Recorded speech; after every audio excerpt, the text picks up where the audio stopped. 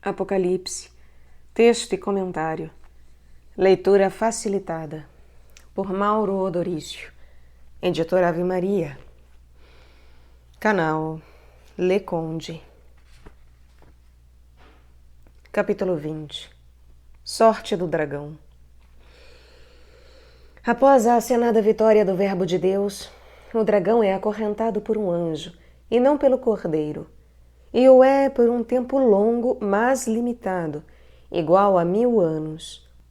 Portanto, esta não foi a derrota definitiva sobre Satanás. Aconteceu quando foi desterrado do paraíso. Depois dos 1000 anos, período anterior a Cristo, voltará para a luta decisiva, batalha de Gog e Magog, que é a mesma de Armagedon, no Calvário. Aí sim será derrotado para toda a eternidade. A partir de então, a chave da morte e do inferno estarão nas mãos do Cordeiro.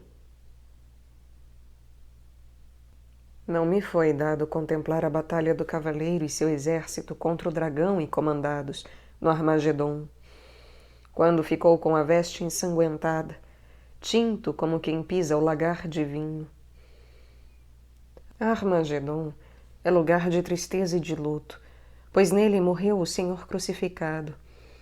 Como será de tristeza e de luto a morte do piedoso Josias, em Meguido.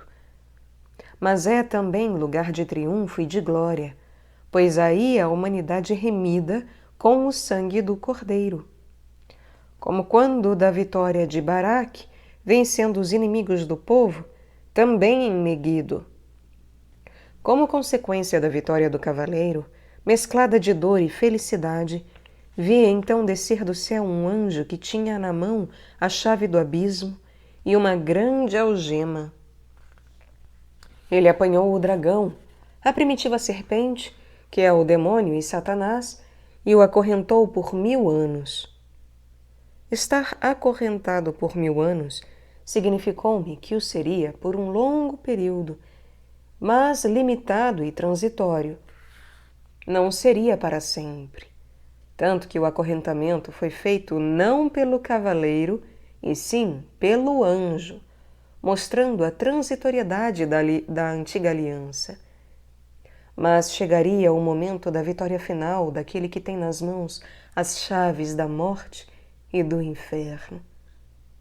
Antes disto, não poucos justos do Antigo Testamento conseguiram a salvação, recebendo a veste branca. Satanás estará acorrentado, agindo, porém, por meio das 2 bestas. Tendo acorrentado Satanás por 1000 anos, o anjo atirou-o no abismo, que fechou e selou por cima, para que já não seduzisse as nações, até que se completassem 1000 anos. Depois disso, ele deve ser solto por um pouco de tempo, quando envidará todos os seus esforços para destruir o projeto divino. Mas será vencido definitivamente, e terá então início o reinado eterno do Cordeiro. Vi também tronos, sobre os quais se assentaram aqueles que receberam o poder de julgar. Eram as almas dos que foram decapitados por causa do testemunho de Jesus e da palavra de Deus, e todos aqueles que não tinham adorado a fera ou sua imagem, que não tinham recebido seu sinal na fronte nem nas mãos. Em primeiro lugar, estava aquele que vira antes e que tinha o aspecto de uma pedra de jaspe. Estava rodeado por sua corte celestial, que agora ocupava tronos. Eram também os mártires que estavam sob o altar e que pediam vingança pelo sangue derramado e que deveriam aguardar um pouco de tempo, os que morreram por não adorar a besta. São os mártires do Antigo Testamento, que guardaram a palavra de Deus e testemunharam as promessas da vinda de Jesus. Eles viveram uma vida nova, mas em vista dos merecimentos futuros do Senhor, recebendo-a antecipadamente. Por isso, eles reinaram com Cristo por 1000 anos, participando da glória antes da vinda do Senhor. Os outros mortos não tornaram a essa vida até que se completassem os 1000 anos. Essa é a primeira ressurreição, a vida especial que lhes é dada antecipadamente viver, o especial sopro de vida que penetrou os corações das duas testemunhas. Tudo fruto de um primeiro julgamento, voltado ao número limitado de pessoas, aos que participam do reino milenário antes da vinda do Senhor. Feliz e santo é aquele que toma parte na primeira ressurreição, a que concede a vida em previsão dos merecimentos futuros do Senhor. Sobre eles, a segunda morte, a que elimina a alma além da vida, não tem poder, mas serão sacerdotes de Deus e de Cristo. Reinarão com Ele durante os 1000 anos, até que venha a instalar seu reino definitivo, que começa com sua chegada. Depois de se completarem 1000 anos, Satanás será solto da prisão, e o será apenas por pouco tempo, mas se servirá de toda a sua potencialidade para atingir seus objetivos maléficos. Virá para a batalha decisiva, para o assalto final contra o Senhor, tentando dissuadi-lo de seus objetivos salvíficos. Sairá dela Satanás para seduzir as nações dos 4 cantos da terra, portanto, do mundo todo, e por meio de seus colaboradores, Gog e Magog, e reuni-las para o combate. Serão numerosas como a areia do mar. Trata-se da já acenada batalha de Armagedon, agora apresentada diferentemente. E os misteriosos Gog e Magog, do profeta, nada mais são que os colaboradores de Satã, anteriormente apresentados em duplas, Balaão e Balaque, a fera e o falso profeta, a fera e a prostituta. Numa palavra, os corrompidos poderes religioso e político, ou as feras da terra e do mar. Subiram à superfície da terra e cercaram o acampamento dos santos e da cidade querida, a Nova Jerusalém. Mas desceu um fogo dos céus, vindo da parte de Deus, como no tempo de Sodoma e Gomorra e no de Elias, e os devorou. Começou a derrota definitiva das potências malignas. O demônio, sedutor delas, foi lançado num lago de fogo e de enxofre, onde já estavam a fera e o falso profeta, e onde serão atormentados dia e noite pelos séculos dos séculos. Julgamento geral. Vencido o dragão, se instala um grande tribunal, quando, segundo as opções de cada um, serão separados os injustos dos justos. Esse juízo é como que a antecipação do definitivo, mas os que se beneficiam da vinda de Cristo já estão assumindo a salvação, e não os outros. Pelo sacrifício do Cordeiro é formado um novo povo. Descendo do céu, a Jerusalém celeste substitui a terrestre. A humanidade que recebera, entre outros dons, o da elevação para uma vida em Deus e o perdera pelo pecado, readquire a vida nova em Deus. Tem lugar, então, um segundo e definitivo julgamento. Diferentemente do primeiro, este é universal, atingindo todos os povos, e o julgamento será feito por Deus. Vi então um grande trono branco e aquele que nele se assentava. Os céus e a terra fugiram de sua face, e não se achou lugar para eles. Vi os mortos, grandes e pequenos, de pé, diante do trono. Não eram apenas os da antiga aliança, e sim de todos os povos. Esse julgamento é também portador de uma vida especial para quem se abre à ação do divino juiz. No trono da cruz, é ele fonte de salvação para quem o recebe. Abriram-se livros, e ainda outro livro, que é o livro da vida. E os mortos foram julgados conforme o que estava escrito nesse livro, segundo as suas obras. Não receber a vida trazida pelo Cordeiro imolado é privar-se da salvação. O mar, que fora contaminado pela precipitação de Satanás, donde saíra a fera, restituiu os mortos que nele estavam. Do mesmo modo, a morte e a morada subterrânea, ou o inferno, inseparáveis entre si, e do demônio. Cada um foi julgado segundo as suas obras. Ficou claro que Satanás perdia sua hegemonia. Devolvia os mortos que tinha sob seu poder para serem julgados por julgamento universal e para sempre, seja para a vida, seja para a morte. Também a morte e a morada subterrânea, ou o inferno, foram lançadas no tanque de fogo. A segunda morte é esta, o tanque de fogo. A condenação ou a privação da vida para sempre. O verdadeiramente precipitado, porém, foi Satanás, como se falou anteriormente. Ambas com ele se identificavam. Todo o que não foi encontrado inscrito no livro da vida foi lançado ao fogo. Capítulo 21. Vi então um novo céu e uma nova terra. Assim dirá o profeta, prevendo a restauração do povo e da nação judaica. Em minha visão, contemplei o surgimento de uma nova humanidade, de uma nova ordem de coisas. Com o céu aberto, veio a nós o Verbo de Deus, e está em nosso meio a divindade, pois o primeiro céu e a primeira terra, separados entre si por causa do pecado, desapareceram, e o mar, contaminado pela precipitação de Satanás em forma de montanha incandescente, já não existia. A terra estará liberta daqueles que a destroem.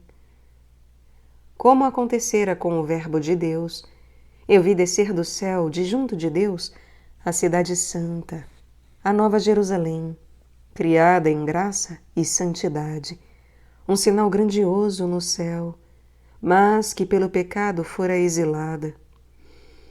Agora, pelo sacrifício do Cordeiro, readquire seu primitivo esplendor, sendo engalanada como uma esposa ornada para seu esposo.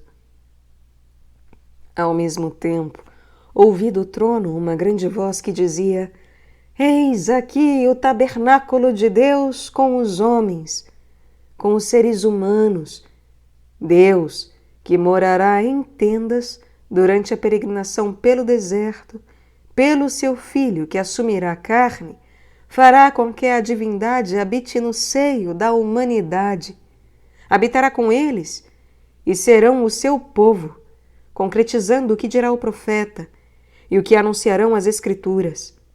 Será o Deus conosco, e Deus mesmo estará com eles. Ainda conforme o profeta e como fruto do sofrimento redentor, ele enxugará toda lágrima de seus olhos e já não haverá morte, nem luto, nem grito, nem dor, porque passou a primeira condição. Enfim, as coisas passadas se foram.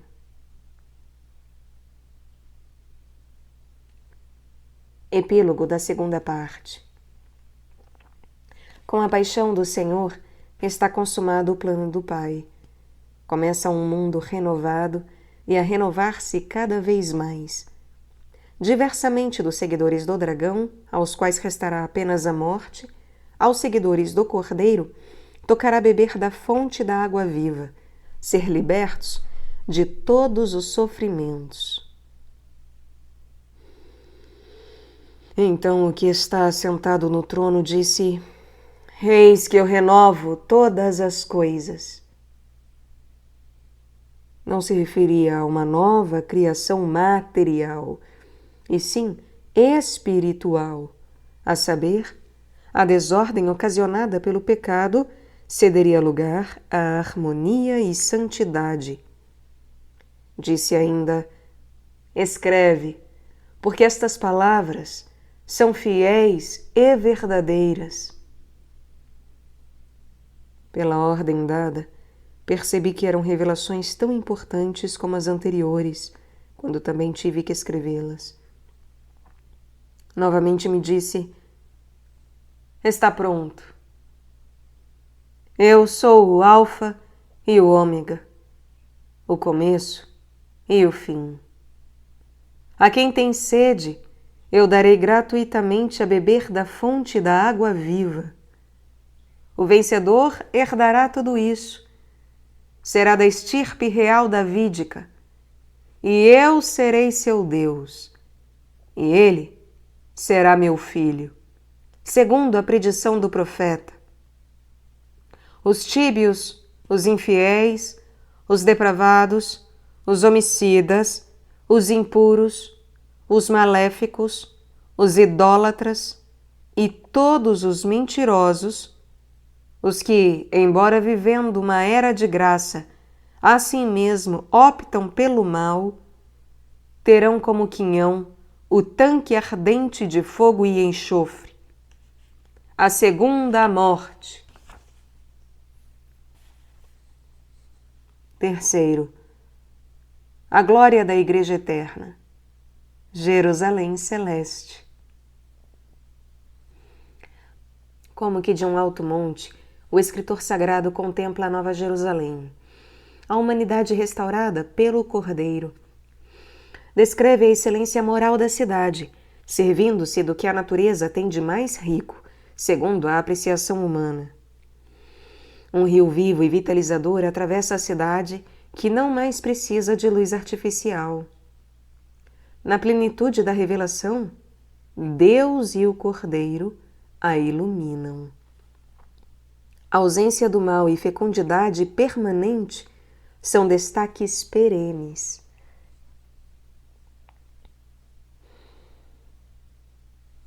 Então veio um dos 7 anjos que tinham as 7 taças cheias dos 7 últimos flagelos e disse-me: Vem, e mostrar-te-ei a noiva, a esposa do Cordeiro, da qual já tens uma ideia.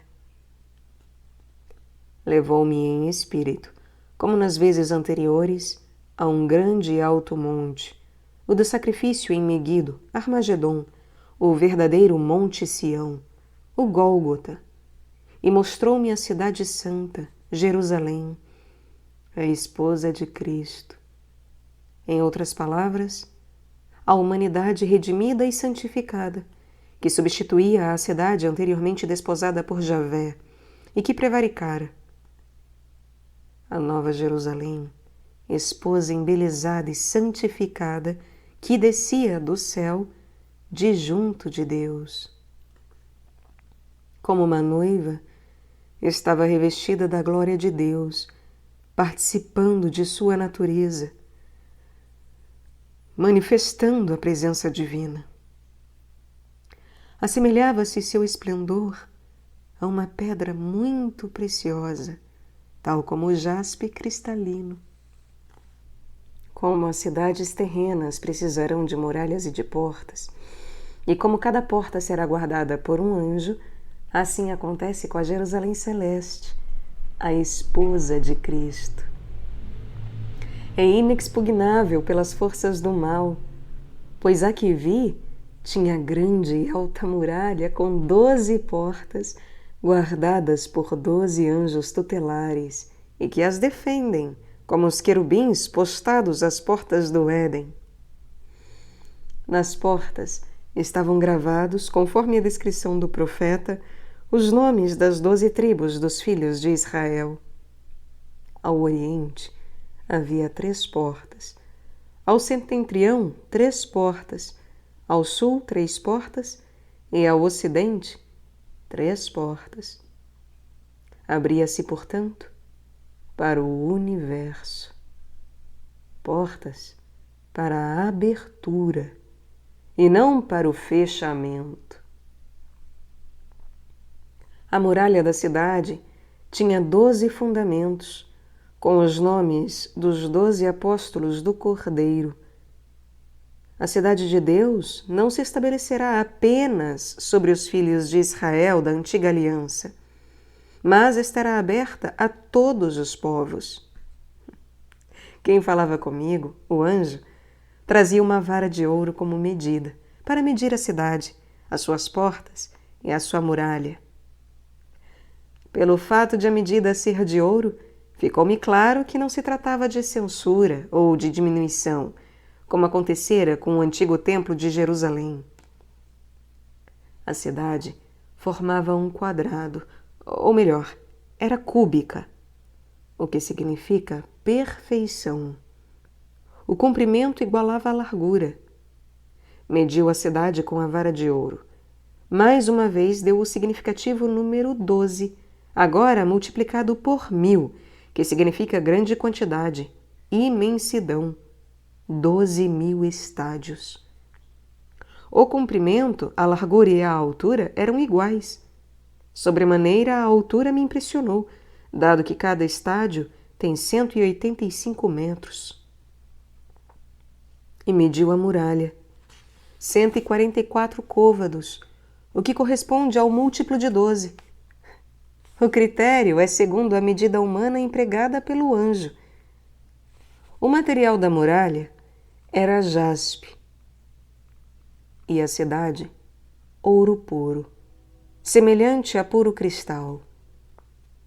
Os alicerces da muralha da cidade eram ornados de toda espécie de pedras preciosas.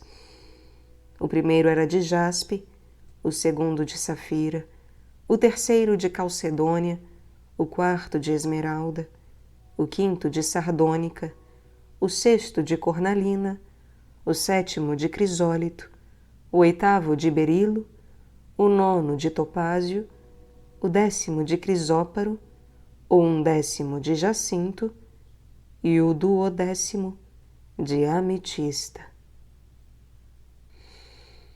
Não compreendi bem o significado dessas pedras preciosas ou semipreciosas. Todavia, me fizeram recordar a riqueza do peitoral do sumo sacerdote. A preciosidade de um paramento litúrgico veterotestamentário passa a fazer parte da humanidade remida pelo Senhor. Cada uma das 12 portas era feita de uma só pérola, e a avenida da cidade era de ouro, transparente como cristal. A Jerusalém salomônica, com toda a sua riqueza, não atingirá minimamente o esplendor da Nova Jerusalém, que supera as predições mais fantasiosas. Não vi nela, porém, templo algum, porque o Senhor Deus dominador é o seu templo, assim como o Cordeiro. Cessa o culto judaico e seus sacrifícios, com o holocausto do Cordeiro. Deus não precisa de um lugar determinado para habitar, pois transformou o novo povo em sua habitação. Por isso, o povo é real e sacerdotal. Na Nova Jerusalém, o culto era aberto a todas as gentes. A cidade não necessita de sol nem de lua para iluminar, porque a glória de Deus a ilumina, e a sua luz é o Cordeiro. Como de certa maneira será anunciado pelo profeta sobre a Nova Jerusalém. Não mais será iluminada pela lei e pelos profetas, e sim pelo Deus com eles. A Trindade Santa fará moradia na nova cidade, no meio do novo povo. Sempre segundo o que dirá o profeta, as nações andarão à sua luz, e os reis da terra levar-lhe-ão a sua opulência. As suas portas não se fecharão diariamente, pois não haverá noite, uma vez que a luz que a ilumina é permanente, direta e alimentada por si mesma. Levar-lhe-ão a opulência e a honra das nações. Nela não entrará nada de profano, nem ninguém que pratique abominações e mentiras, mas unicamente aqueles cujos nomes estão inscritos no livro de vida do Cordeiro.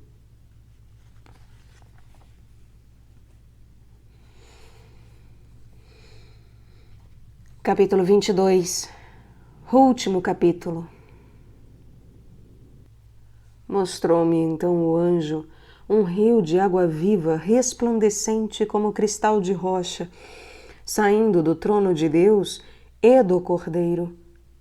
Este rio me fez recordar o que atravessava o paraíso terrestre, embelezando, fecundando.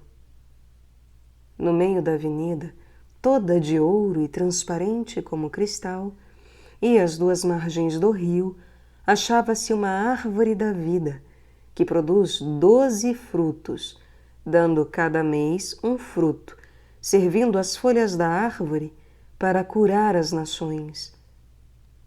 Mais que as previsões proféticas, o rio que sai do trono de Deus e do Cordeiro será recriador, revitalizando o que estava morto.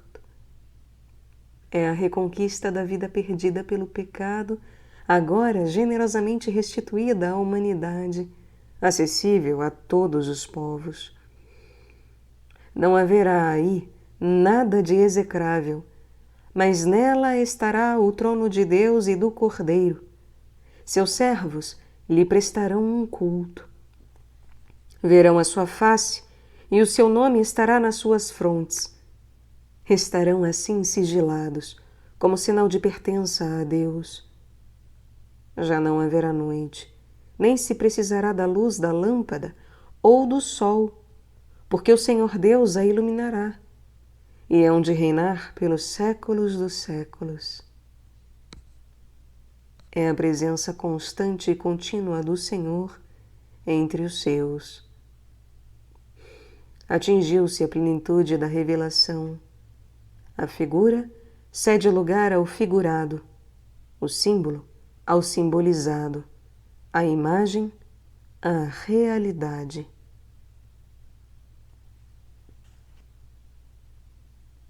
Quarto, epílogo. Apocalipse, capítulo 22, versículos 6 a 21, é tido como epílogo do livro todo. Lendo-o, de imediato se fica com a impressão de algo já considerado. Deixa de ser impressão, tornando-se certeza, ao confrontá-lo com outros versículos, como Apocalipse, capítulo 19, versículos 9 e 10, e capítulo 22, versículos 8 e 9. Uma leitura mais acurada mostra que há um paralelismo não só no conteúdo, como na forma. Apocalipse 19, versículo 9 e 10, encerra a revelação sobre o fim de Babilônia. Agora, no epílogo, se encerra a revelação sobre a Jerusalém Celeste. São dois polos opostos, mas profundamente correlatos. Se é o caso de um epílogo, trata-se de um epílogo evocativo e ilustrativo. Epílogo aberto.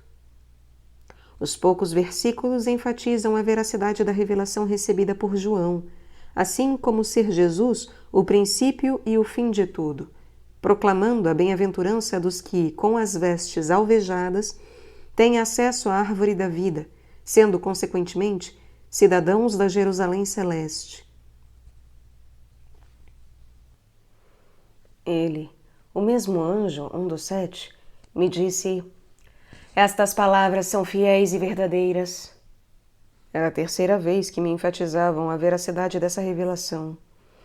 E o Senhor Deus dos Espíritos dos Profetas enviou o seu anjo para mostrar aos seus servos o que deve acontecer muito em breve. Mais uma vez o anjo insistiu sobre a iminência dos fatos. Agora, porém, referia-se mais ao mistério salvífico. E continuou o anjo: eis que venho em breve. Essa afirmação deixou-me claro que o Senhor não só era objeto, como também sujeito da revelação que me era feita. Com essas palavras do anjo, referentes a Jesus, ele me fez compreender que estavam prestes a se realizar estas coisas e que se observasse tudo o que fora revelado, e ajuntou: felizes aqueles que põem em prática as profecias deste livro. Fui eu, João, que vi e ouvi estas coisas. Depois de as ter ouvido e visto, prostrei-me aos pés do anjo que as mostrava. Eu estava tão arrebatado que nem sabia o que fazia.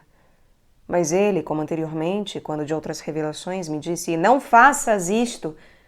Sou um servo como tu e teus irmãos, os profetas, e aqueles que guardam as palavras deste livro. Chegando o Novo Testamento, deixo de ser mediador, tornando-me um simples membro da nova comunidade, como os demais servidores do Senhor. Prostra-te diante de Deus, a quem deves adorar. Disse-lhe ainda: não celes o texto profético deste livro, a saber, nada retenhas ou ocultes de tudo o que foi revelado na antiga aliança em preparação à chegada do Cordeiro. Porque o momento está próximo. Está próximo o tempo escolhido por Deus para o envio de seu Filho, no qual se realizará a plenitude da revelação. A antiga aliança não podia ser por mim calada, nem excluir as visões e os conhecimentos que me estavam sendo dados. Confirmava-se a ordem anteriormente recebida, a de escrever o que me era dado conhecer. Continuou: o injusto faça ainda injustiças, se assim achar melhor. O impuro pratique impurezas. Mas o justo faça a justiça e o santo santifique ainda mais. Este é um conselho bem prático que te deixo. Antecipando o que dirá o profeta, ouvi a voz daquele que está para chegar. Eis que venho em breve, e a minha recompensa está comigo, para dar a cada um conforme as suas obras. Eu sou o Alfa e o Ômega, o primeiro e o último, o começo e o fim. Sou não somente o Eterno, mas tudo o que a meu respeito será anunciado na antiga aliança pelos anjos, do mesmo modo como o fará meu servo João. Felizes aqueles que lavam as suas vestes e as alvejam em meu sangue, como já foi revelado, para ter direito à árvore da vida e poder entrar na cidade pelas portas, fazendo assim parte do novo povo. Como já foi dito, fora os cães, os envenenadores, os impudicos, os homicidas, os idólatras e todos aqueles que amam e praticam a mentira. Eu, Jesus, enviei o meu anjo para vos atestar estas coisas a respeito das igrejas. Eu sou a raiz e o descendente de Davi, a estrela radiosa da manhã.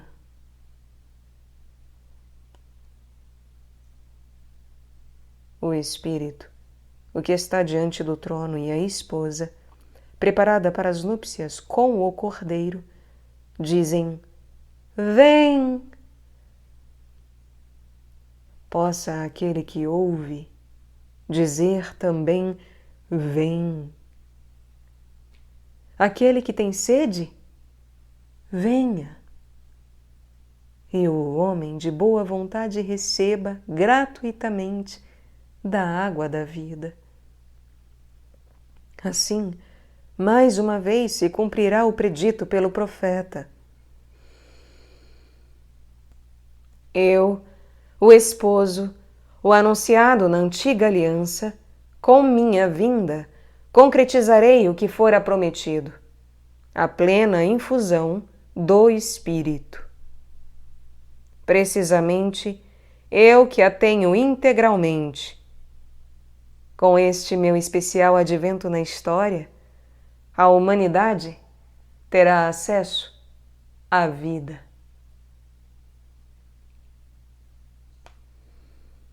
Eu declaro a todos aqueles que ouvirem as palavras da profecia deste livro, se alguém lhes ajuntar alguma coisa, Deus ajuntará sobre ele as pragas descritas neste livro, e se alguém dele tirar qualquer coisa, Deus lhe tirará a sua parte da árvore da vida e da cidade santa descritas neste livro, o que equivale ser excluído do povo, perder o estado de comunhão com Deus. Jesus, aquele que atesta estas coisas, diz: Sim, eu venho depressa. E eu, João, em nome de toda a Igreja, ajunto. Amém. Vem, Senhor Jesus.